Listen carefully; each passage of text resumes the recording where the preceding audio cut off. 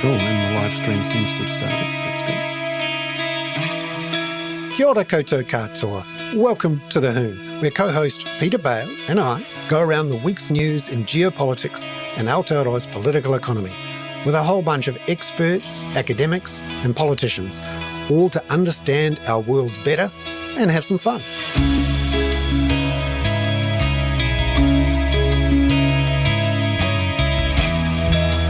Tēnā koutou katoa, and welcome into the Hoon. I'm Bernard Hickey, the co-host, along with Peter Bale, fellow co-host of the Hoon. And remember, the Hoon is the plural for the kaka. Yeah, and the kaka is what, Bernard? New Zealand's leading Substack, is that correct? Yes, it's the world's best per capita. And it's worth mentioning, of course, that only kaka subscribers get to see us doing it in video, but you don't have to be a kaka subscriber to get it on wherever you get your podcasts. That's right. This is high quality shirts for the paying subscribers. That's right. That's right. Oh, is that what our merch is going to be? Yeah, maybe. That's actually fashion merch. I think we need to. Why don't we do a kaka fashion show, or a fashion show for Hoons? We could wear stubbies. Yeah. And get a couple of falcons. So I do want to make clear that we are not hooning, because I see hoons sort of cropped up in the news in the last few days. People using it as a pejorative. As a pejorative phrase, people hooning around those nasty boy races. Yeah, absolutely. And sort of we do hoon around the world of geopolitics, but we do. A gaggle. But we're possibly the most sophisticated hoons that we know, Bernard. Yes, indeed. We're not going to be doing. We're not going to be doing burnouts other than on our scooters and electric bicycles. No, we talk about the news, and we're doing our very best to not talk about the news for as long as possible, because it's all and Bernard, you've had a very hectic week. I mean, I know that you have a sort of bucolic lifestyle on Waiheke, but the resignation of the central bank governor, RBNZ governor Adrian Orr, or Andrew as I call him, but Adrian Orr, yesterday was quite a jolt for you, I think, especially since he did it just on the eve of a monetary conference. You must have been hell of a busy yesterday, and we'll talk about that, I think, when we get to the sort of domestic section about New Zealand, more or less at the bottom of the hour. Is that right? That's right. But, it had already been an absolutely frantic, startling, scary, amazing week, starting, of course, with that discussion between Vladimir Zelensky and Donald Trump in the White House, which, even Trump said, this will make great TV. And he's right on that.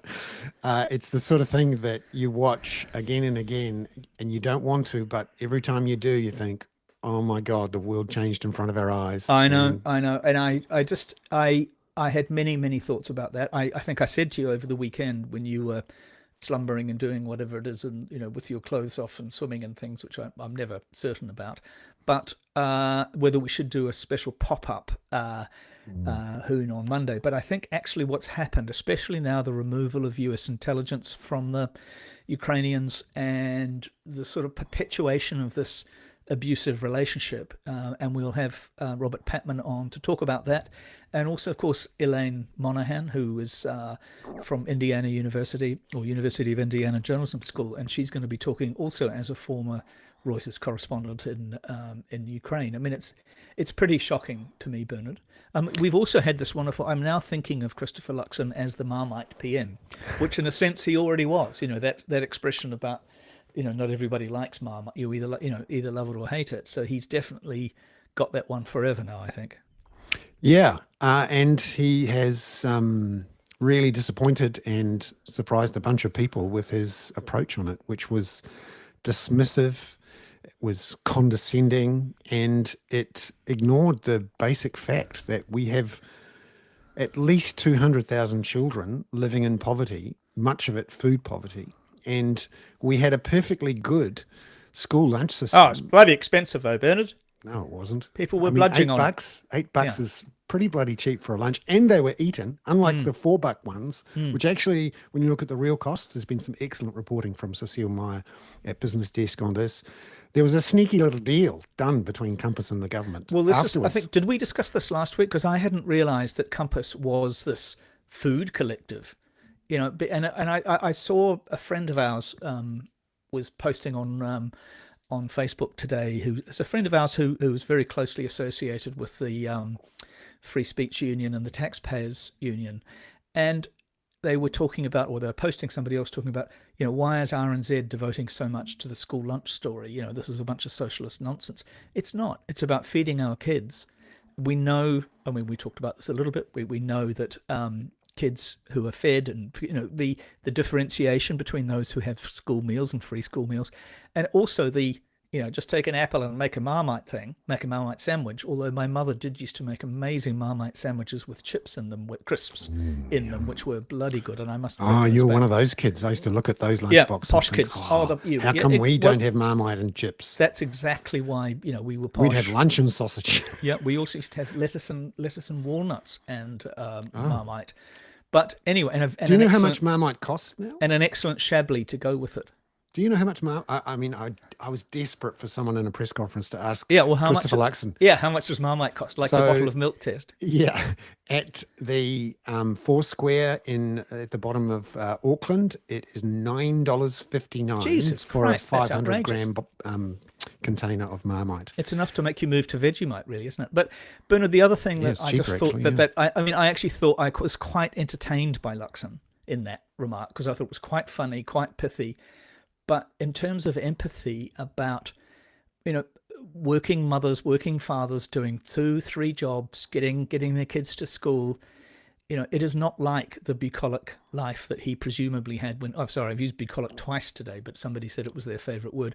It's not nice, not like the kind of middle-class vision of growing up in Epsom. Yeah, and he's at odds with the netball mums, the equivalent of the soccer moms of American politics, the ones who actually are running a lot of our schools, our communities, the centre of those communities, stepping in where there's all these gaps. And those school lunch programs that he wrecked, he meaning David Seymour wrecked, are the ones that tied communities together, that provided work for small businesses, that meant people knew who the local baker was, and they were connected into the schools. Those schools are the hubs of places. Absolutely. And when you mess with them, you are messing with the hubs of people's lives. Yeah. And so that friend with the Taxpayers Union can go jump from himself. A height. Yeah.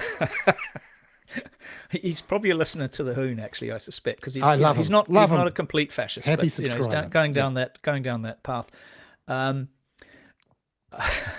So, what have you been reading today, Bernard, or lately? I mean, I find lately that I've just been reading complete Trump stuff, but I've just finished yesterday the audio book of Michael Wolff's All or Nothing book about Trump. And the great thing was having Michael read it, because he brings the cynicism and the edge to it. And I could recommend it to him. It is so compelling, so naughty, and so outrageous, and so worrying.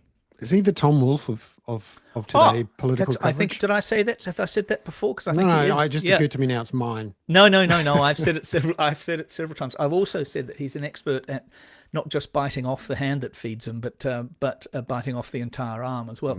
But it's a very interesting. I do recommend it. What are you listening to at the moment or reading? To be honest, anything about mindfulness. Yes. Are you? I'm desperate to try and get some quiet time. Yeah. Because it just, whenever you open up your phone, and I've turned off all notifications, and I try to avoid the bingity bing bing bing.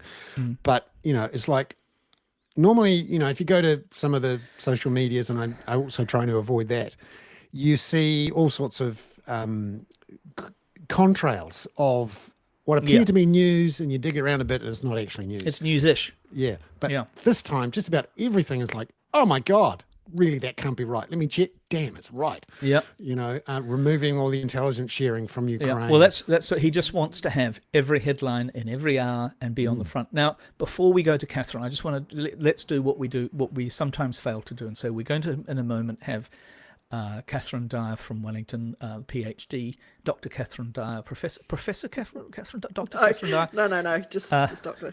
Lady Dyer of Victoria University, come in and talk about climate and some quite interesting climate news. That's there was always interesting climate news, including drill baby drill in Trump's State of the Nation speech. We're then going to have Robert Patman from Otago University and Elaine Monahan from the University of Indiana in the international section. And also, just briefly, we've got some really interesting media news today, Bernard, which is this guy Grennan, I think that's how you pronounce it, maybe Grennan, who is a Canadian billionaire who has effectively launched a hostile takeover for the New Zealand Herald, essentially trying to displace, saying he's got 37% of the votes of the shareholders of NZME, and wants a complete replacement of the board. It's fascinating because it's only come about 2 days after his shareholding was announced, right? Yes, and it's not for money reasons. He's there for ideological reasons to change the way New Zealand gets its news. He has set up a little newsletter called Centrist, which I subscribed to just to see what it was like, and then tried to unsubscribe, and it's bloody hard. It's an absolutely awful, shitty little thing that puts a nasty actish New Zealand first spin on everything, and he is running it and paying for it. So this is a project. This is an ideological project. I mean, at least Jeff Bezos is, he has run some serious businesses, and, for a long time, he did the right thing with the Washington Post. Now, of course, he's kicked out the editorial teams, and he's taken Democracy Dies in Darkness off the masthead. And well, he hasn't fully yet. Has he just added D? Yeah. No, carry on. Died in Darkness. No, carry on. And this guy wants to replace the board and, ruck up the New Zealand Herald and News Talk ZB to screw the scrum of our democracy, because they are powerful. We're talking the most read newspaper, the most listened to talkback radio station, and he wants to get in there and do it. And this is what you have when you have a weak media sector that isn't supported by the government. And they'll love it as it is for now. They wouldn't love it so much if someone got in there and had a different point of view to theirs, unless, of course, they hope they are always in. And so this is, we're at the point now where all of the stuff. I actually launched a public interest journalism venture that I hoped would be philanthropically funded in 2012, and warned of this very thing. And now we're here, and it's not some little paper or some giving some pretend radio station to a former radio host. This is buying the news in New Zealand. Yeah, but look, it's a public company.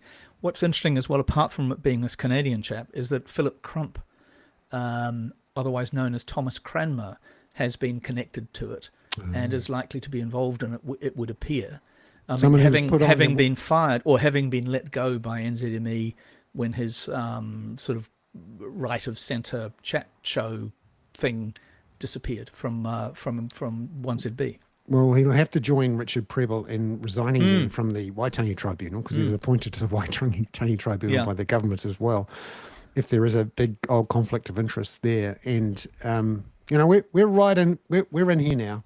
This is, it took us a while to get here, but we're at the point where we're going to have to fight. Fight to get information that we can believe in and trust, and make sure it gets out to as many people as possible. And there's been an awful lot of people who have been complacent, who have poo-pooed all of these, warnings of doom. And we're here now. And now it's gonna hit us. And if you think the future with a screwed media ecosystem may be okay, just look at the countries that are 5 or 6 years ahead of us, i.e. the United States, the United Kingdom. And time to fight, guys. And I'm up for it. Shall we let Catherine have a word? Sorry, Catherine. Edgewise? No, that's all right. Now, Catherine Dyer, talk to us about climate. I think Bernard has set you up with some subjects. Yeah, what do you want to talk about first, Bernard? Well, let's go straight to the issue of lobbying influence, and how a government minister has not only parachuted in an oil industry lobbyist, and that's what he was. An oil industry lobbyist, into the Electricity and Energy Conservation Authority, definitely not about burning more fossil fuels, in there over the objections of his officials, who rightly do proper background checks and see that directors put on government boards are legit. And this is a clear case of an ideologically driven minister driving a climate unfriendly lobbyist into a position of power designed to help the climate. So, sorry. It's a really interesting story, and I know it came up a few weeks ago that this guy John Carnegie had been had gone onto the board, and it was such a weird, mismatch in terms of what the objectives of that agency are and what he has always lobbied for.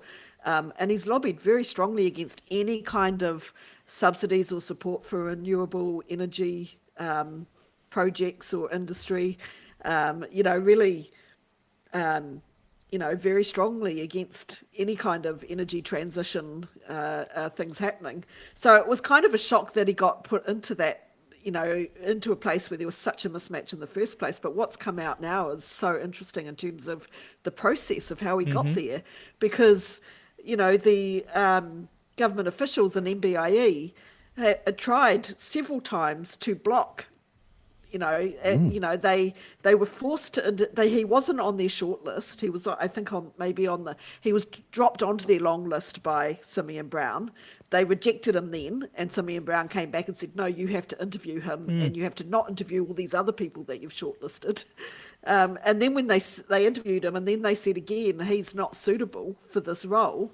And Simeon Brown said, no, you have to have him. I'm appointing him. Yeah, which is just really blatant and really just raw power. And raw power in a way which we know will increase our emissions and make our planet less livable. And he's doing it in plain sight. I mean, it seems like the lobbyists are taking over, like we're getting policy that has really just been written by corporate lobbyists for particular industries. We talked about that with the transport industry last week. So you're kind of wondering if what we've got now is just kind of a managerial bureaucracy where they get the policy proposals from industry and just pop them in place. You can see why they're getting rid of a lot of public servants. What do you need them for? Yeah, well, they just get in the way of the things you really want to do. Yeah. And Simeon Brown not only has done that in energy and transport, he's no longer the energy and transport minister, but today has come out with a speech, an extraordinary speech, which essentially says that the science of how Māori and Pacifica are much more likely to get and die of bowel cancer is wrong, essentially saying the reason that the statistics said that Māori and Pacifica were more likely to get bowel cancer was because they have a younger population, which is just plain wrong. And it's extraordinary. I saw David Seymour echoed that today, yeah. Yeah. And but even if it was true, that would be even more worrying, would it not? Yeah. If you're saying, oh, well, younger people are getting more bowel cancer, which there is, more overall in the population, more a higher, slightly higher incidence, I think, of bowel cancer starting to emerge across the population, probably to do with, dare I say it, but it's likely to be to do with what's in our water supply. Nitrates, exactly. So I mean that in itself is the trends going on there are really worrying. But to say that that's to do with people with it being a younger population, I mean that's even more worrying if that were true. Yeah, no, it's another one of these cases where an extremist, and that is Simeon Brown, has been allowed to do his thing by a prime minister who has appointed him and then promoted him, and is seemingly captured and unable to stop the extremists within ACT and New Zealand First from doing things that are just scientifically wrong and dangerous.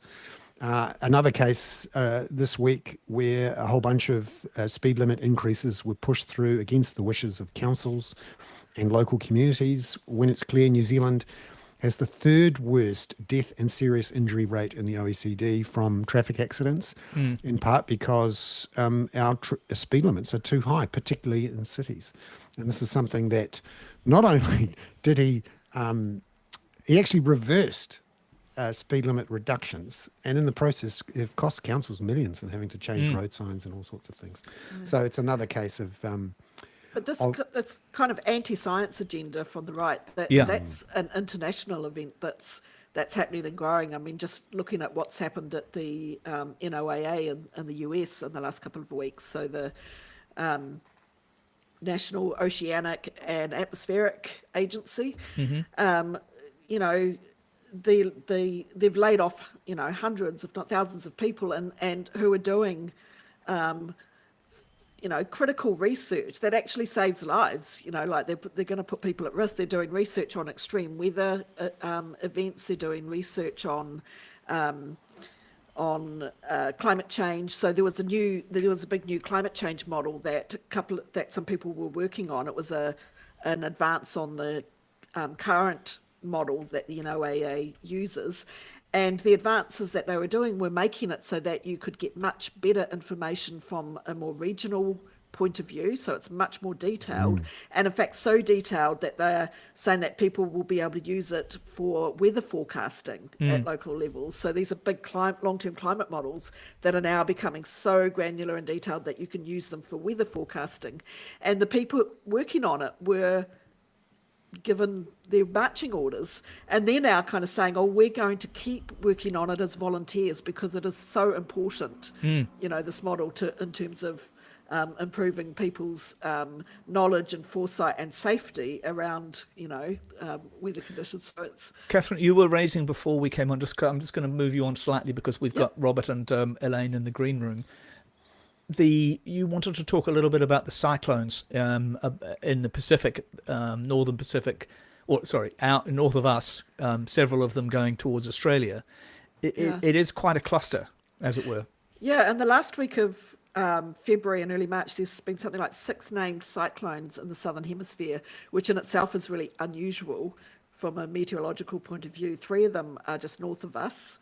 So one's about to hit Brisbane, which people have probably been hearing about, and there were another 2 north of us. It's to do with water temperatures. So the surface temperature has been higher than normal. It's probably a little bit to do with La Nina conditions, although it's a very moderate or mild La Nina. You know, but there are still some, and there's a big marine heat wave off the coast of Australia as well on the other side. So that's obviously all so on the other side, you mean on the which part of the coast of Australia? I think off the west coast of Australia, northwest. So yeah, just the fact that that's happening, that's sort of quite an unusual circumstance, and also that cyclone that's about to hit around Brisbane, that's quite far south for this part of the world. That doesn't happen very often, and that's kind of a worrying signal for New Zealand as well, because we don't want too many of those coming sort of further south in our neck of the woods. Yeah. And I sent you a note, Catherine, about a story in the Times in London about which they turned into a story pretty much about it might be a little bit chilly in the beginning of spring in London. But in fact, they were talking about the collapse of the polar vortex, and that this might bring several of those kind of storm bombs, particularly to the central United States over the next month. Yeah, so the polar vortex, of course, are those really high winds that circle around the Arctic area, and it's kind of like a ballerina pulling their arms in to circle, you know, more tightly. Yeah.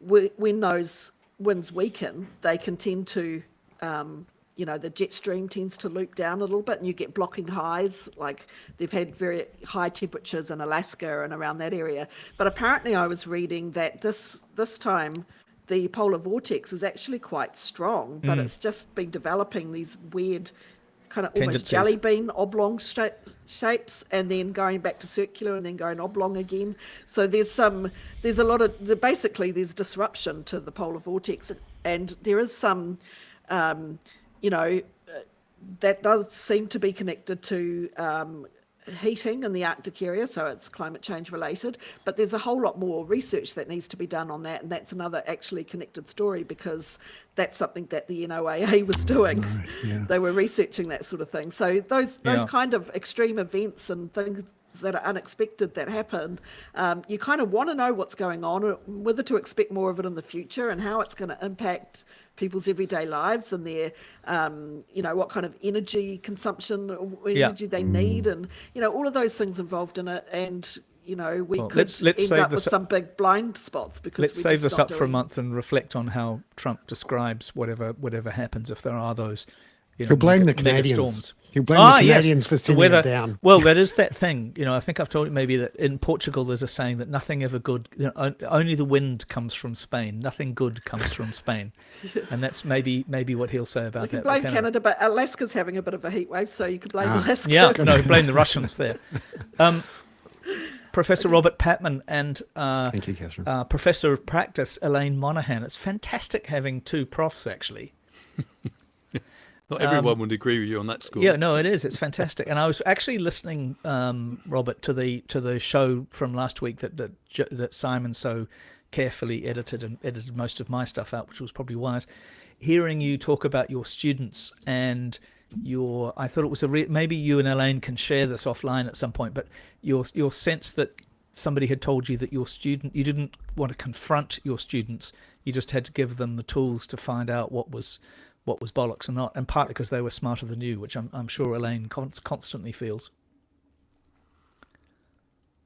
Who do you want and to the question to Robert. Okay. Oh, all right. Sorry. Now, okay. I'll I'll just say a few words and then hand over to Elaine. I think it's important. I think when you're teaching young people, as I said in the previous podcast, I strongly I agree with when I was given that advice. At starting my career by a professor who was just retiring, that 15% of the kids you teach will be smarter than you. They're just the beginning of a road, and you're further down that road. And I think it was very astute advice, and everything throughout my career that I've experienced confirmed that. I think our job is not to convert them to our views. We all have views, but our job is to give them the tools for intellectual independence. And let's face it, there's a lot of problems that need fixing at the moment in the world, and we're going to need their leadership in the future. God, that's well put.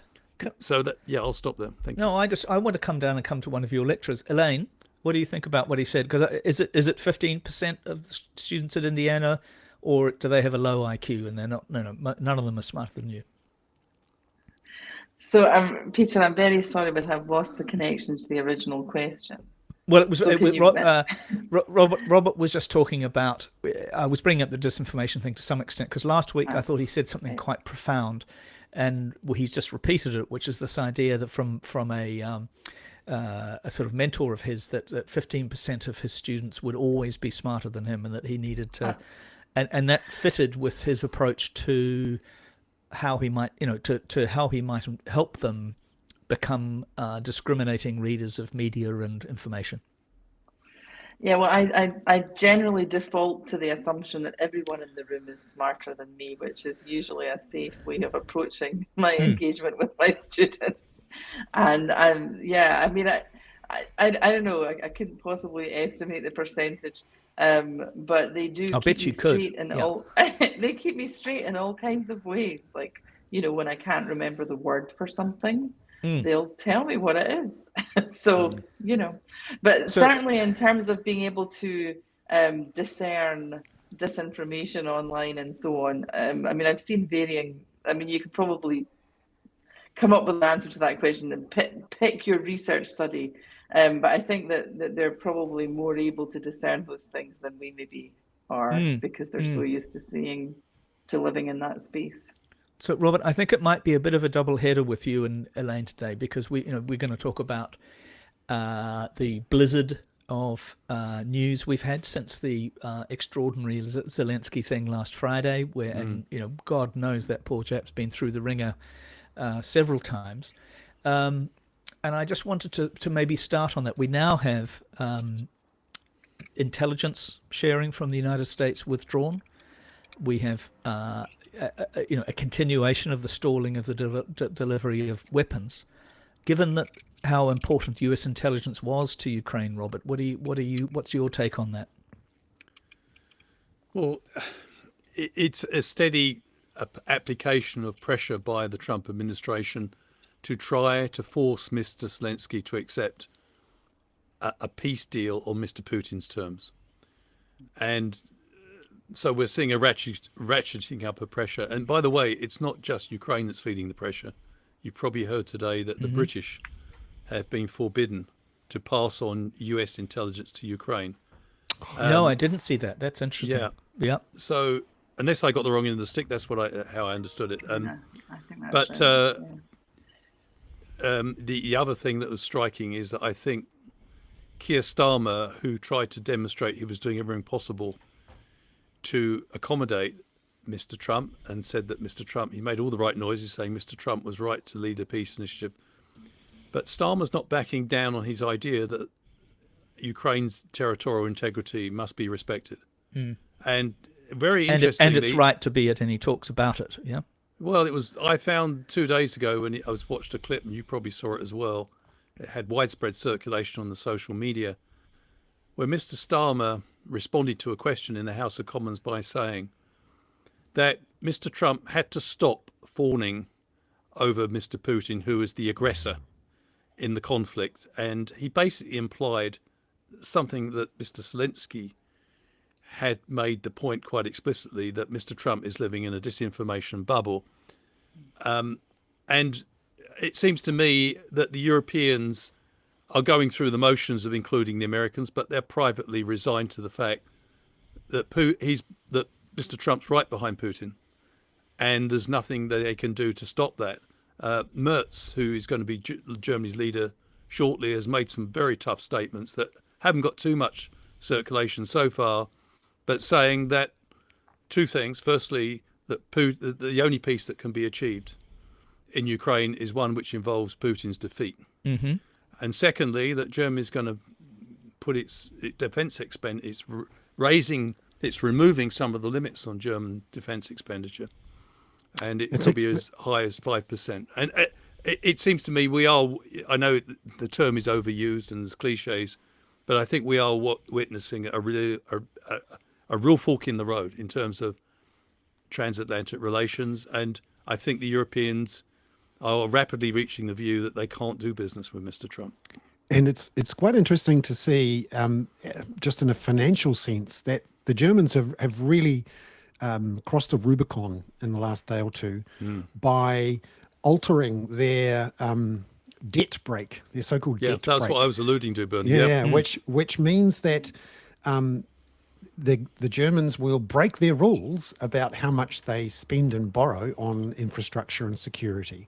And it's not a small number. We're talking $500 billion on infrastructure and hundreds of billions of dollars on defense. And this is the Germans. So this is the famously fiscally stringent, we're not going to do anything. We'll throw grease to the wolves, saying, actually, we need to have a special exception, a really big one, in this debt break for security and infrastructure, because they realize, they're going to have a proper army. This is what Trump's done.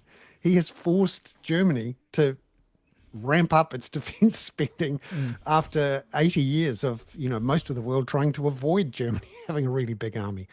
And it's interesting that the noise around this has quickly moved towards where is Europe going to get its nuclear umbrella from? Now, the French who have quite a good one. They did a lot of testing down here to get one. Are now saying we'll make sure our nuclear umbrella protects Europe. But how long before the Germans start saying, well, actually, we're going to need our own nuclear weapons? I agree with Robert. It really is a fork in the road this week. And it started, well, not started, but that meeting at the White House really shocked everyone to the core totally. And the fact that it's been followed up with the removal of intelligence, the end to sending weapons, including trying to block things that were already agreed to and paid for, but are still in the pipeline. But Who knows what happens next? Not to mention J.D. Vance talking about random European countries who haven't won a war in the last 30 or 40 that's years. going down very well in the UK at the moment. Yeah. I mean, that was at least, Keir Starmer did at least show a little bit of spine by pointing out that more than 600 British people had died in if I could just add something to what Bernard was saying briefly. There's signs that many European countries are now looking at cancelling military contracts with the UK. Finland with the and United Sweden, States. With the United States, you mean? With the United States, I beg your pardon. And that's interesting, as there's speculation that Canada may do the same. I mean, Mr. Trump's treatment of Canada is absolutely appalling. We haven't actually talked about that so far today. Yeah, we'll get to that. Yeah, we'll have to Canada's always bent over backwards to be a good friend of the United States, but of course, in Mr. Trump's world, there's no room for sentiment, as he puts it, and or he doesn't put it, I suppose. But it seems to me that there could be big financial implications. I'm not just talking about the implications of the trade tariffs. I think there could be big blowback implications for America's defense sector from a break with the transatlantic alliance. Elaine, let me bring you in both as an expert on Ukraine and journalism and Russia and many other things. I asked you a question before we came on. Whether my feeling is that Zelensky will be gone within the next 90 days. What's your take on what you've seen about the way he and Ukraine has been hung out to dry? So I have a lot of thoughts about this that I've been trying to organise in my head ever since this improbable meeting in the White House. And since I'm mostly trying to find rational explanations for what appeared to be irrational behaviour, I will just throw in a couple of thoughts that are perhaps leaning in the more rational direction, which are, first of all, paying attention to the rhetoric that we heard before that meeting. There wasn't actually anything particularly surprising about what happened. They were simply putting on the show that had been heralded by their things they'd been saying in public prior to that. So in that sense, it wasn't terribly surprising. And I'm kind of where I've landed in my head with all of this is that the intention was always to try to minimize Zelensky. And it was colored by, Trump's personal unhappiness with loathing, I think we could call it. Loathing. There you go. That goes back to the role that he has cast in his head for Zelensky as being responsible for his indictment and his refusal to support his efforts to launch an investigation against Biden's family in Ukraine.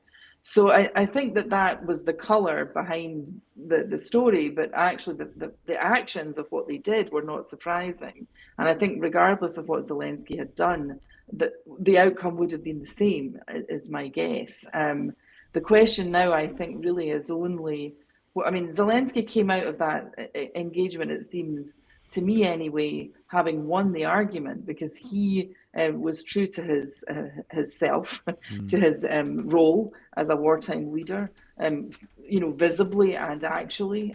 He had no choice but to do what he did. He went on Fox News afterwards and actually acquitted himself rather well. Double down. Yep. He certainly did. And in the end of it, I think I was left anyway with the impression that the White House, behaviour was exactly what was intended and expected. And now the question is only whether Zelensky is going to be, as you point out, Peter, sidelined and removed one way or another. And is there an obvious replacement for his? Is there an obvious replacement for him? Well, exactly. Yeah. Well, I agree with Elaine. I think Zelensky actually came out with it's actually boosted Zelensky in Ukraine. That's right. And the more Trump leans on Zelensky, Ukrainians are utterly outraged, even his political opposition. Mr. Trump is so clearly skewed towards Mr. Putin, who he can never say a bad word about, who's a dictator and invaded Ukraine. I'm not sure that Zelensky is going to be displaced. I know that Mr. Trump and Mr. Putin would love to displace him. There's no doubt about that. But I don't think the Europeans. Yeah, well, I share reckon. Mr. Okay, let's Yeah, have I think he, actually, although in America, I was shocked to read an editorial that, an op-ed piece in the Washington Post saying, he's got to go. Yes. Because unless he aligns himself with Mr. Trump, or Exactly. Mr. Trump's aligned with Mr. Putin. I think his departure is going to be a condition of this, Robert. I'm prepared to bet you 50 Ukrainian hryvnia that's the case, but we'll have to settle that later. Well, if that is a condition, then the Europeans will be extremely unhappy, because they do not. The mood now in France, Macron's articulated, Mercer's articulated, and Starmer's articulated. They will not accept a deal in which Ukrainian territorial integrity is infringed. In other words, they will not accept a deal which Mr. Trump wants, which is that Putin gets about 20% of Ukraine. So Tulsi Gabbard, the U.S. head of national security, said today that Zelensky was unpopular and had suppressed elections. I mean, we're getting... Elaine, what do you think? You come in. We're pushing you out of this a little bit, because we're going to have to extend this into a Rogan-esque hour, 2 hours, but carry on. And then I have to bring it back to a New Zealand aspect of this that blew up today. Right. Well, I mean, the short answer is we don't know who could replace him. Obviously, the entire atmosphere will change and radically as a consequence of all of this. And yes, it's correct that his popularity has only increased in Ukraine, at least according to the data that we can see. But I'm just looking at a political story which came out of Kiev, very recently, saying that Trump's entourage have been holding talks with his opponents, including Yulia Tymoshenko and the past president Petro Poroshenko. This is the woman who had the astounding haircut. Yeah, the same. Yeah, like a pretzel. And so, yeah. Yes. So, and of course, Zelensky himself, as you probably remember, said that the only way I will be defeated in an election is if you succeed in making me not run. And the only way I'll not run is if you agree to Ukraine's entry to NATO. So I think all of the pieces are kind of held in a position right now. We don't know where they're going to fall. But it does feel like there's a movement towards his weakening. And Tymoshenko, of course, is completely uncorrupt or anything. Robert, let me just bring this back, if you don't mind, to a New Zealand thing that happened today. Phil Goff, the New Zealand High Commissioner to the UK, to the Court of St James, being fired by Winston Peters, possibly again in a slightly after lunchy kind of mode, because of what looked like a very harmless comment in, I think, Chatham House, where Chatham House rule did not apply to that. Yeah, where he said that he wondered whether Donald Trump had a good grip on history, and that was enough for him to be fired. He's a former Labour politician, Elaine, but he's been fired as the High Commissioner.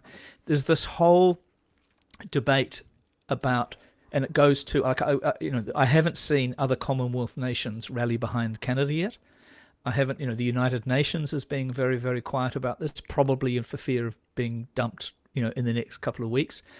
And then you've got Christopher Luxon, our Prime Minister, saying yesterday, I thought not completely madly, we're not going to respond to every insult or every flick he also said knife. The previous day that he trusted Trump and that he thought the United States was a reliable partner. Yeah, but he also said Ukraine had been beaten up by a big power that came in. So where do we stand, Robert, on any solidarity here and people fearing it, particularly in the New Zealand case? Well, it'll be interesting, firstly, just before I answer your question directly, it'll be interesting to see the reaction within New Zealand to the sacking of Phil Goff.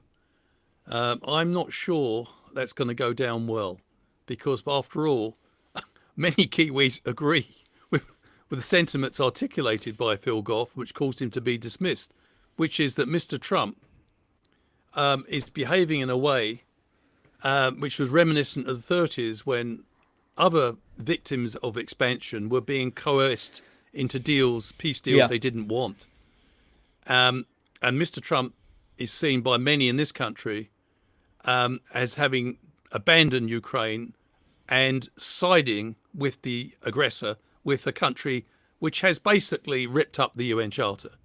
So I'm not sure sacking someone who is actually drawing attention to that is going to go down. And the implication is that we're seeking a softly approach to deal with the administration. It may well play well. I don't know, but it's interesting because does it mean that Mr. Peters is sticking to his position and that of Mr. Luxon, that we share values, norms, and interests with the Trump administration? I think that's over, and I think a lot of people in this country think it's over. Not with America, but with this administration, because this administration is a radical departure from what we've seen before. I know I'm stating the obvious here. So that's never done us any harm, Robert. Don't worry. In a sense, by sacking Mr. Peters, the government has put itself under pressure. It now has to define where it stands. Up to now, it's been sort of kicking the can down the road. Sorry, did you just say sacking Mr. Goff or sacking Mr. Peters? I think you said sacking Mr. Sorry, Peters. I'm sorry. It's been no, a long no. day. Just do it again so that poor old Mr. Goff. Simon sacking can Mr. Goff. So we'll get it ready right for the record. Yeah, thank you. I think, in a sense, that's going to bring some heat on the government because the government has been criticised for not showing solidarity with Canada.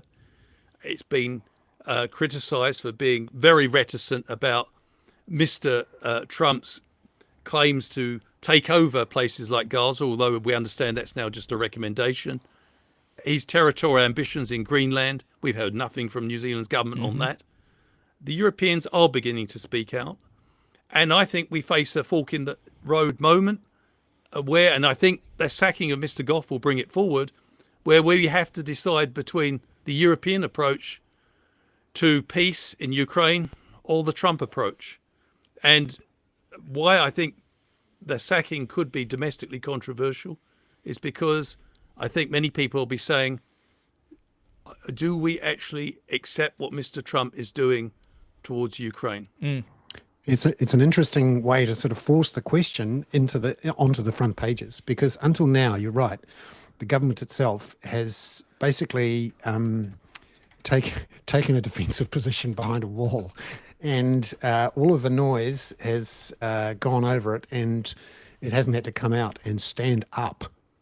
And this is an opportunity now for the opposition, who also has been relatively quiet.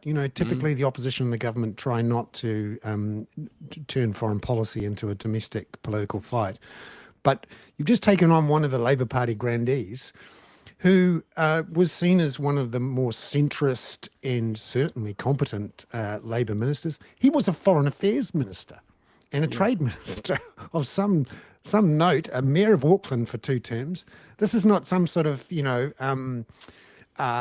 someone who got given the job as a nice golden ticket excuse for a retirement watch. This is a very serious politician who's well and truly old enough and ugly enough to have a crack. Yep. And Helen Clark's comments in social media today were very interesting. So it wouldn't surprise me if we do see this blow up into a local political issue and in effect force the government to stand up. Well, if you think about this, Robert, was just Robert and Bernard, and I'm going to bring Elaine back. Poor old Elaine sitting over there in the middle of the night with us blaring about New Zealand politics. But if you think about the disruption that's happened in Canadian politics, where Trudeau has effectively been forced out by the spectre of Donald Trump, and this week we'll have an election in the Liberal Party between our old boss Bernard Christian-Freeland and Mark Carney, the former head of the Bank of England. I mean, he's already destabilised the politics of a Commonwealth country to his north, let alone the 25% tariffs. Bernard and I are going to talk about tariffs a bit when we get to the domestic section. Elaine, may I bring you in here about the strategic potential in Europe at the moment? I sent you a question about the idea that if Ukraine has lost access to US intelligence and to US weapons, which means you can't use HIMARS without US intelligence, you can't even use the English cruise missiles. they also, this affects navigation in the Black Sea. Could this allow a much more rapid Russian advance than we've seen so far? I mean, certainly. This is with your role as armchair general, which we normally ask Robert to perform. Military expert, which I am not. But I mean, it's certainly true that if you took out those things from the early days of the war, when Putin was saying he would defeat Kiev, and I don't remember exactly how many days it was, but anyway, I think the beginning of the war would have probably been very different. So if you want to extract from that, the possibility that Putin could start, could expand a lot further than he has now. But on the other hand, I mean, this is a lot of territory that we're talking about.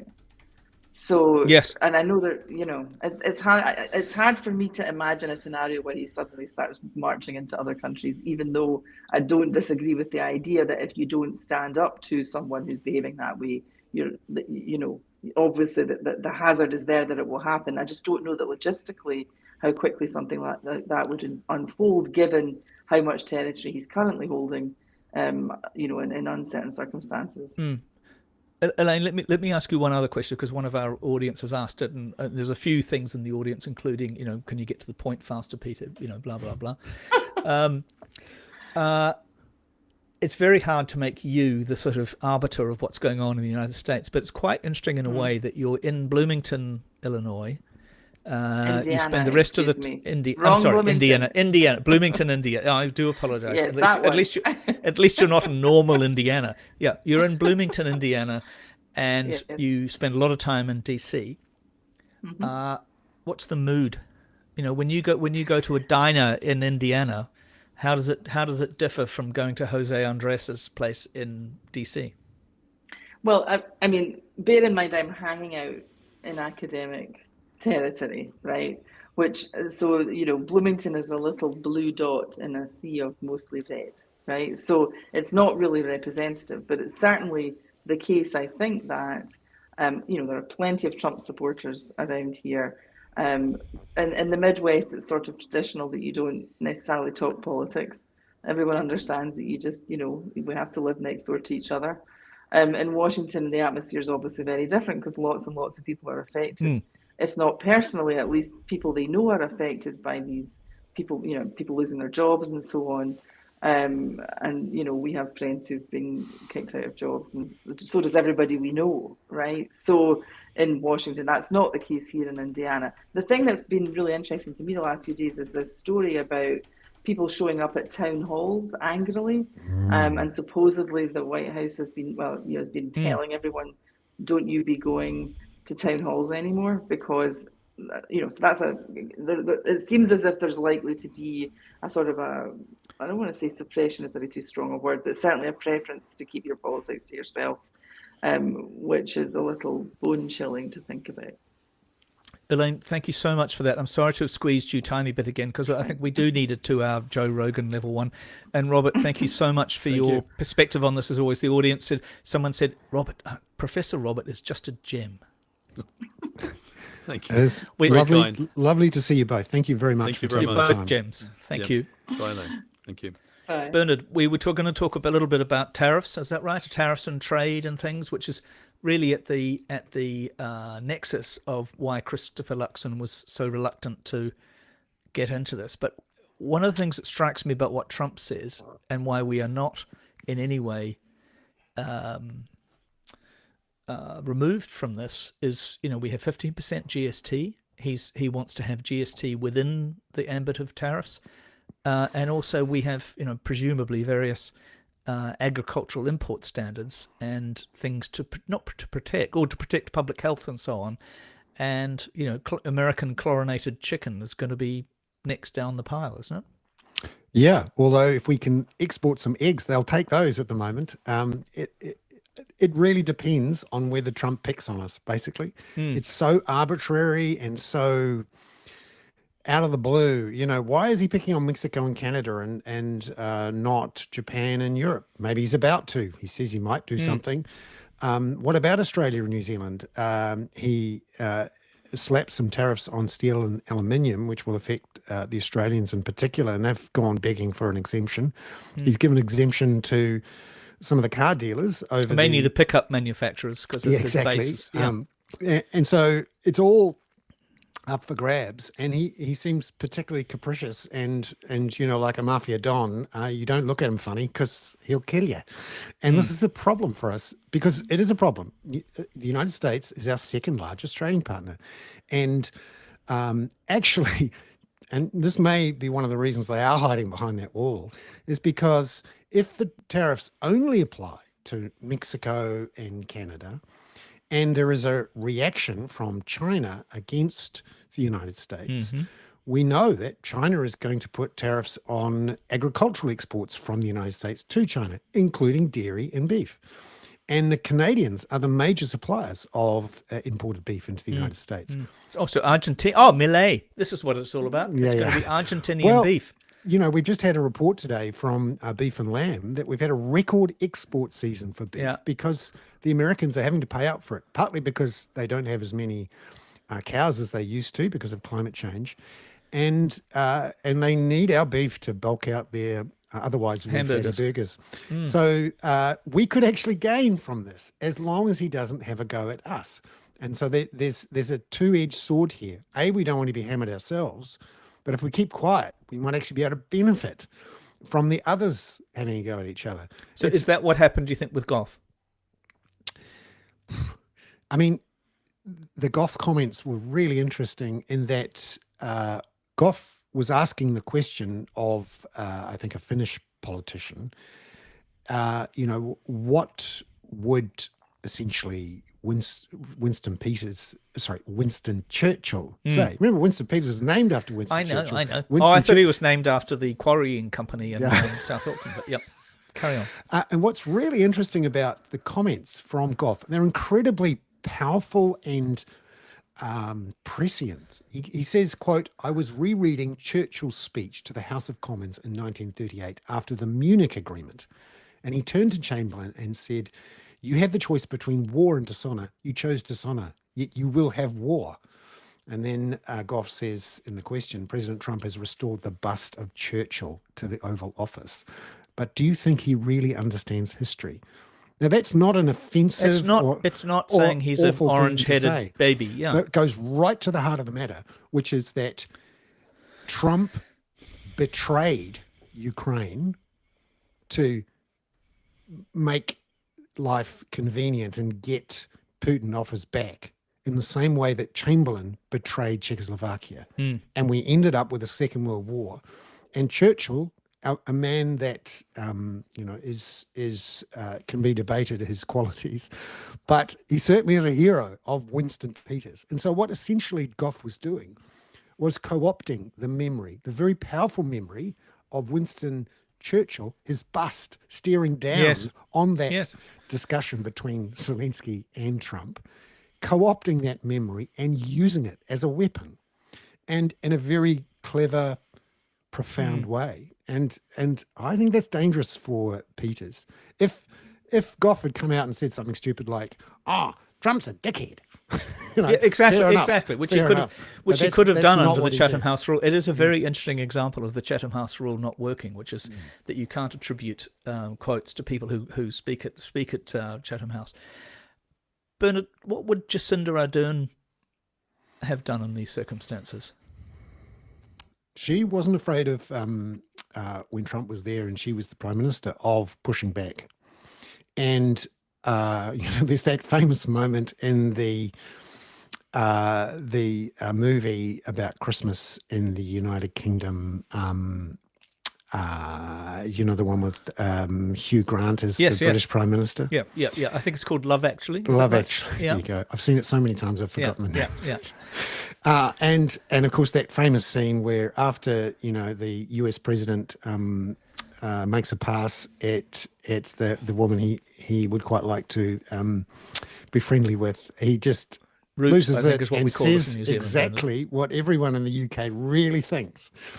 And I think Jacinda Ardern, depending on her own situation, and she is very strategic and sensible about things, just sometimes you got to call bullshit, particularly when it's so obvious and when he's doing things. I mean, if he had just said a bunch of stuff and he hadn't actually withdrawn military intelligence and stopped the weapons going and wasn't talking about easing the sanctions on Russia and had stopped the cyber attacks by the United States on Russia. I mean, we're into full-on treason territory here.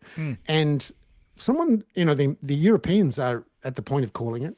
And I don't think Jacinda Ardern would hold back, particularly because I think her awareness of history and international affairs, particularly by that stage in her career. I remember, she knew all these people and she had the profile to be able to stand up with them. So, yeah, I don't think that.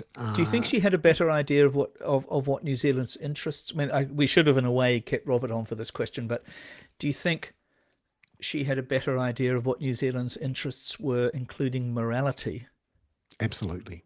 No, she would have called it. And I'm not saying that as a No, and her instincts on this were excellent. We only need to look at what happened after the Christchurch attacks. I can't imagine Christopher Luxon doing that. And it's interesting. This week, I think Christopher Luxon broke a couple of essential rules in politics that you are careful before you lose your temper. He lost his temper on Tuesday, firstly in the interview and then in Parliament, by essentially dismissing these concerns about the school lunches when everyone could see the pictures of the burnt packets of plastic that the kids in Murchison had eaten. And we've had not only the Principals Federation call for a reversal of the school lunch program, we've also, had a bunch of doctors and various other, serious nutritionists and various, these are serious people. They're not politicians. Come in and say this is for the safety of the kids who need to go back. And he's ignored them so far, trusted David Seymour, when actually his own education minister, Erica Stanford, is very worried about this and wanted a meeting with David Seymour. He stood her up for it. Oh, yes, I see.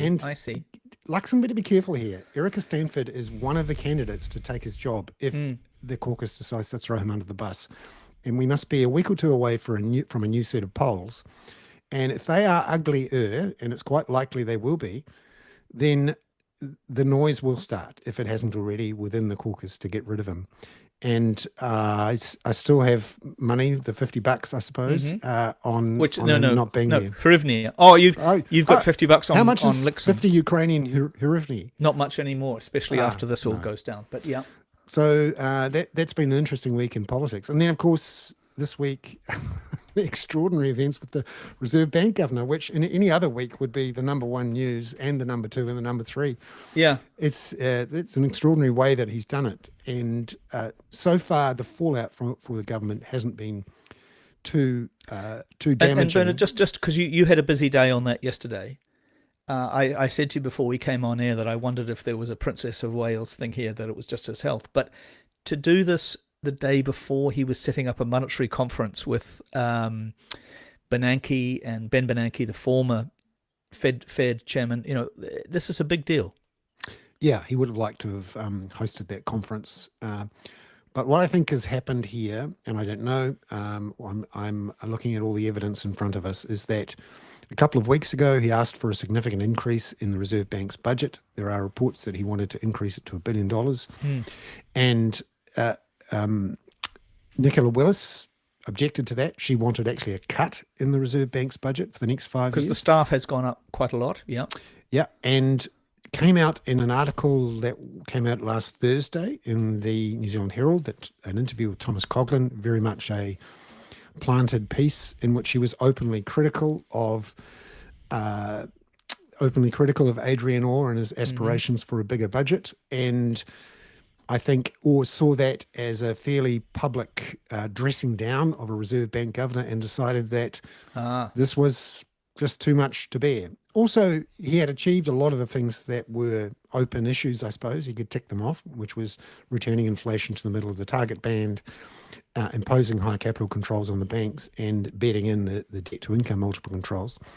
And what I think is interesting now is, will there be enough time for the government to appoint a governor who rolls back those capital controls and dissolves the DTIs. People are asking whether you think he'll appoint a lackey. They'll appoint a lackey. There are no lackeys. Well, it's quite hard to do that to a Reserve Bank board. You have to have someone who is a pretty serious economist and bureaucrat, for the want of a better word. There are a few, people around like that in the background. There's been some suggestions about names, including Prasanna Gai, who is a high-powered academic from Auckland University who's been on the Monetary Policy Committee. There's also in the UK.